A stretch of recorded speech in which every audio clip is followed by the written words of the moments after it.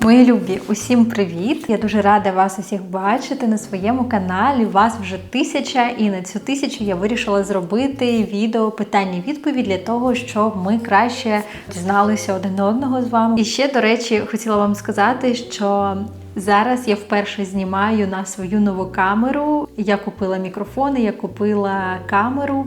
І усі мої відео раніше були зняті на iPhone. І зараз я вже вирішила, що треба щось міняти, треба щось якось апгрейднути. І сподіваюся, що дуже класна буде картинка, все буде супер. Я структурувала всі питання для того, щоб вам було зрозуміліше та все якось було більш гармонійно. І перше питання – це скільки мені років, який в мене зріст та який в мене знак зодіаку. Мені 26 років, мій зріст 165 см, мій знак зодіаку – це лев. З якого я міста і де живу зараз? Я народилася в Харкові та прожила там усе життя до повномасштабного вторгнення, і після цього переїхала жити в Прагу. Живу в Празі я вже 3-й рік. Наступне питання, чому я обрала саме Чехію для переїзду? Я вам так скажу, я обрала дуже-дуже швидко, тому що в мене в кармані було буквально 30 тисяч крон. І із-за того в мене не був дуже великий вибір, тому що, звичайно, я б хотіла там поїхати кудись далі, але, по-перше, я не знала мови англійської хоча б. По-друге, в мене був реально маленький запас грошей, і ці 30 тисяч гривень це було не тільки на мене, але й на мою маму, тому що в неї взагалі не було ніяких відкладених грошей. І тому ми обирали так, щоб це було не дуже далеко від України, але щоб це було не занадто близько до України, і щоб ціни були плюс-мінус такі, як в нас. І це був ідеальний вибір, якщо чесно, для старту Чехія це супер. Ось якраз наступне запитання. Чи збираєшся ти повертатися жити в Україну? Скоріш за все, ні. Тому що я планую будувати своє майбутнє за кордоном. Все може бути, звичайно, може таке статися, що я повернуся жити в Україну, але скоріш за все, ні. Я вже бачу своє майбутнє все ж таки за кордоном. І наступне якраз питання, чи збираєшся ти залишатися жити в Празі? Я, наприклад, усе своє життя мріяла жити в Америці. Це дуже все класно. Америка – це круто, але є нюанси, звичайно, що, наприклад, щоб переїхати в Америку, треба багато грошей, як мінімум. І як максимум я більше не хочу переїжджати в Україну, так як я переїжджала в Чехію. Я раніше ніколи не була в Європі, і я не знала навіть, куди я конкретно їду. Я не знала, як тут. І тому, по-перше, я дуже хотіла б спочатку побувати в країні, а потім вже вирішувати, переїжджати туди або не переїжджати. Я вам так скажу, що Прага, я вважаю, це тимчасове місце для життя. І я думаю, що все ж таки рано чи пізно ми кудись переїдемо жити далі, в якусь більш, може, цікавішу країну для нас. Поки що ми тут, але я така, що, наприклад, якщо моєму хлопцеві запропонують якусь класну роботу в країні, яка буде цікава для нас обох, то я тільки за те, щоб переїхати, чому ні. Це буде цікавий експірієнс, але важливо, щоб це була не абияка країна, а країна, яка реально буде для нас двох цікава та перспективна. Наступне запитання, чи знаю я чеську мову? Ні, я не вивчаю чеську мову, я знаю якусь мінімальну базу, я можу щось собі купити, я можу щось собі замовити, я можу поспілкуватися мінімально з клієнтками зі своїми, запитати в них, що їм потрібно, що вони від мене хочуть, який результат вони хочуть отримати. Чому так? Тому що я розумію, знову ж таки, що, скоріше за все, я не залишуся жити в Чехії. І я зараз роблю акцент на англійській мові, я вивчаю англійську мову. Я це роблю для того, щоб я могла переїхати куди завгодно, тому що англійська буде усюди абсолютно актуальна.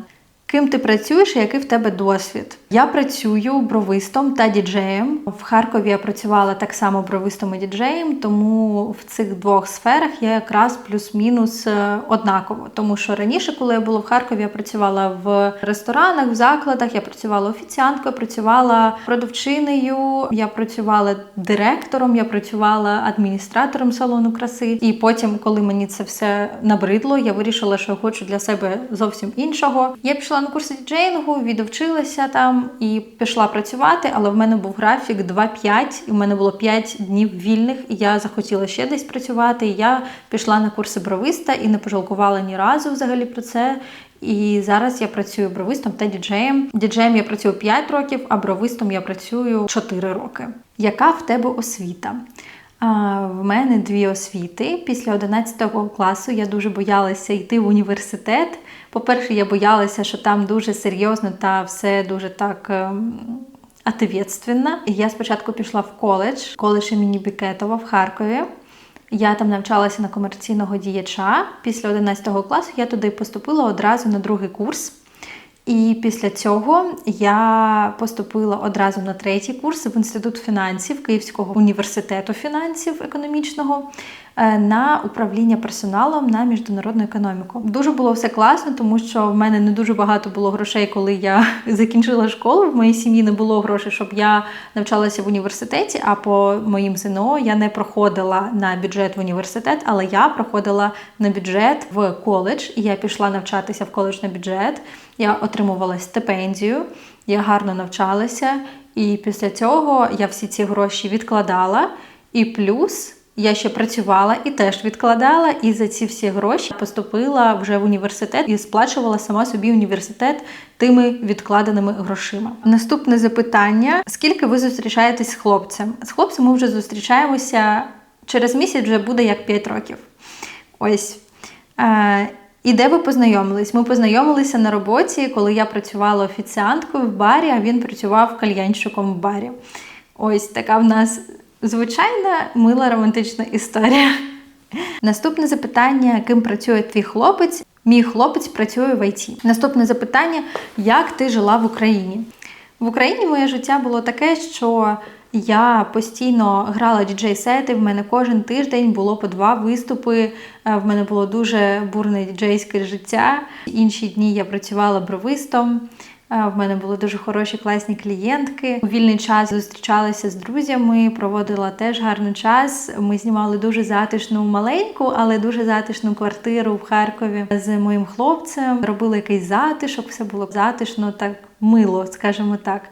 Ось, але зараз вже життя зовсім змінилося після того, як ми переїхали жити в Прагу, тому що, як не крути, тут все ж таки ми стали набагато більше заробляти, але, звичайно, коли ти все одно знаходишся не в своєму рідному середовищі, це все ж таки накладає деякі обмеження на тебе. Ось буквально на тому тижні була ситуація, що я грала на івенті у бренда Зелінський, і там були організатори українки, і я коли почула рідну мову, я така, боже, класно, я почала з усіма спілкуватися, знайомитися, обмінюватися контактами. Це було так класно, так цікаво, і я така, як офігезно, що взагалі можна нормально спілкуватися з людьми просто. Це взагалі інше відчуття, коли ти можеш з людьми реально нормально просто поспілкуватися. Це дар, знаєте, який ми не цінуємо, коли ми живемо у себе вдома. Куди ти хочеш поїхати в подорож та де вже була? Я дуже мрію, як я вже сказала, про Америку. Америка – це просто реально моя дуже велика мрія. Ось, ще я дуже хочу в Париж. Я думаю, що наступного року ми якраз туди поїдемо. Також я хочу з'їздити в Норвегію, тому що там знімався мій улюблений серіал «Скам». Хто його знає, хто дивився. Це мій улюблений серіал того часу, знаєте, коли я тільки поступила якраз в університет. Я його дивилася просто ось так от. Я дуже його люблю, і тому мені було б дуже цікаво з'їздити в Норвегію, подивитися саме якраз ті локації, в яких було це все знято. Потім я дуже б хотіла з'їздити в Токіо, в Японію. Дуже хочу на Балі з'їздити. Взагалі, я така людина, завжди за подорожі. Подорожі – це супер, подорожі – це класно, тому якщо є якась можливість кудись поїхати, я тільки за. Де я вже була та що мені найбільше сподобалося?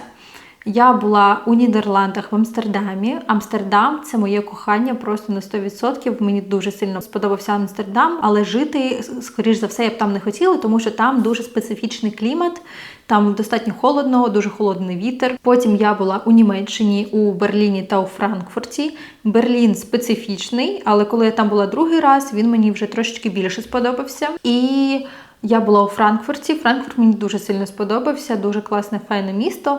Такий маленький Нью-Йорк, знаєте, маленька Америка, але жити теж не впевнена, що я б там хотіла якось, знаєте, скоріше за все, ні. Також я була у Італії, я була в Римі, на озері Комо та у Мілані. Рим мені, прикольно, але на один раз. Мілан дуже сподобався, дуже гарно.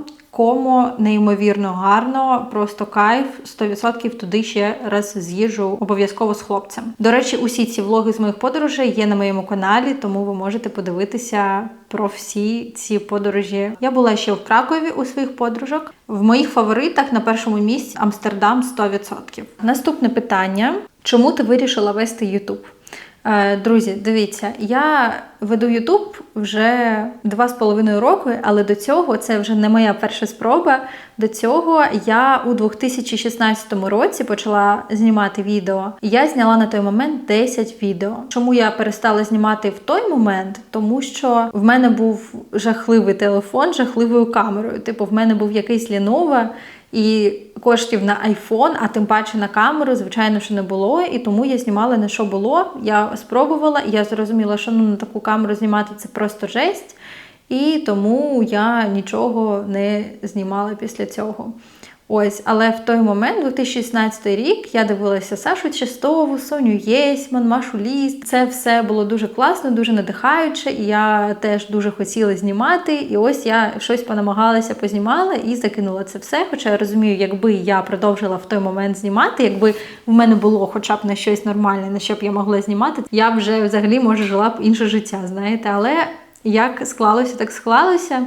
І на той момент, у 2016 році, я ще проходила кастинг в Київ вдень та вночі і пройшла у 20-ку найкращих. Це був онлайн-кастинг, де обирали глядачі. Ось, і я пам'ятаю, що я з Кирилом Блєдним, ми з ним пройшли у 20-ку найкращих. Це було дуже-дуже забавно, так знаєте. Теж було у мене на Ютубі це відео, тому я так згадала його теж.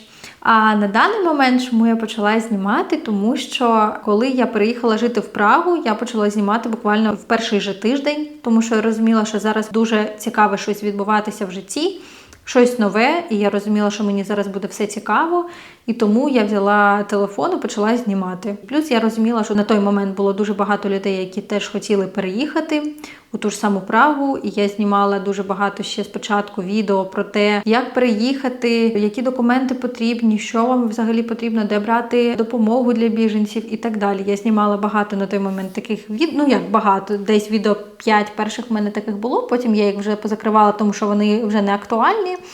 Інформація вже зовсім інша, все змінилося, але на той момент я спочатку познімала корисні відео, тому що сама шукала і не було, і коли я проходила, я все знімала, щоб люди могли знайти якусь корисну інформацію. І потім я вже почала, коли адаптувалася більш-менш, почала знімати влоги, почала знімати своє життя. Ось, і ні разу взагалі про це не пожалкувала, тому що це взагалі дуже класно, я записую всі свої моменти життя. Це просто супер, у вас вже 1050 підписників, і для мене це дуже-дуже приємно. Дякую вам за це. Як ви знайшли квартиру в Празі? Ми знаходили квартиру через сайт Безреалітки, і якщо вам цікаво більше про все це питання з квартирою, з орендою, в мене є відео десь тут. Я вам його прикріплю, в мене є відео, в якому я повністю розповідаю, як ми шукали квартиру, де ми її знаходили, за скільки ми її знімаємо, яка оренда, скільки коштує і так далі. Ось, тому що в цій квартирі ми вже живемо трошечки більше року, квартира супер, нам все подобається. Нам взагалі повезло, що ми змогли її зняти, тому що все не так просто, не завжди хочуть вам орендувати квартиру, коли ви не чехи. Ось, тому є свої нюанси, звичайно. Наступне питання. Ти інтроверт або екстраверт? Я б сказала, що я щось середнє. Я б сказала, що я амбіверт, тому що все залежить від ситуації, від людей, від мого настрою в першу чергу. Тому що я можу бути в новій компанії, але я можу по вайбу відчувати, що люди якісь не мої, і я буду інтровертом, знаєте, я не буду з ними дуже активно багато спілкуватися. Або я прийду в компанію, я побачу, що люди по моєму вайбу якось підходять, і я дуже включуся та буду дуже активною, буду з усіма спілкуватися, знайомитися і так далі. Наступне запитання: як знаходити друзів у еміграції та як не загубити старих друзів, як в тебе з цим обстоять справи? В мене, коли я приїхала жити у Прагу, в Харкові залишилися друзі, але в мене завжди було так. В мене було завжди 3 найкращі подружки. Це типу найближчі мої подружки, з якими я дружу з дитинства. Та це були усі інші мої друзі, з якими я познайомилася вже в університеті. І ось усі друзі, з якими я познайомилася в університеті, зараз ми з ними не спілкуємося після того, як я переїхала в Прагу, тому що майже більшість з них, вони залишилися в Україні, хтось у Харкові, хтось переїхав до Львову, хтось ще кудись. І якось, коли я приїхала, я спочатку з усіма спілкувалася, я їм писала, що ви, як ви, що ви. Ось, одній дівчинці я пропонувала переїхати до мене в Прагу. Я казала, що я там тобі допоможу, тут безпечніше, давай сюди. Вона не хотіла. Ось, і потім я зрозуміла, що тільки я усім пишу, а мені ніхто не пише, і я теж перестала писати, і якось таким чином ми перестали спілкуватися.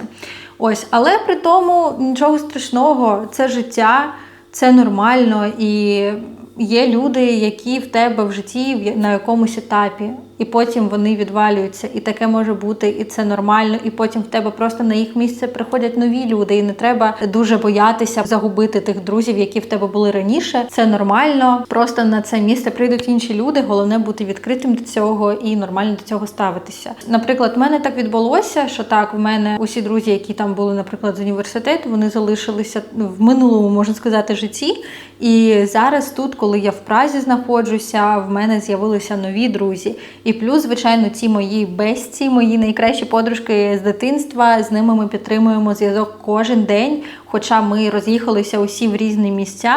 Так відбулося, що одна подружка моя живе у Канаді, інша живе в Кракові, і ще інша живе в Нідерландах, але все одно ми кожного дня на зв'язку, кожен день ми спілкуємося обов'язково і зустрічаємося по можливості. Ось, наприклад, з подружкою з Канади ми зустрічалися в Римі, подружка з Нідерландів приїжджала до мене в Прагу, потім я до подружки з Кракова постійно, вона до мене їздить, або я до неї їжджу, тому що ми поруч живемо. Це якби база, знаєте, така. Тут я познайомилася з двома класними дівчатами.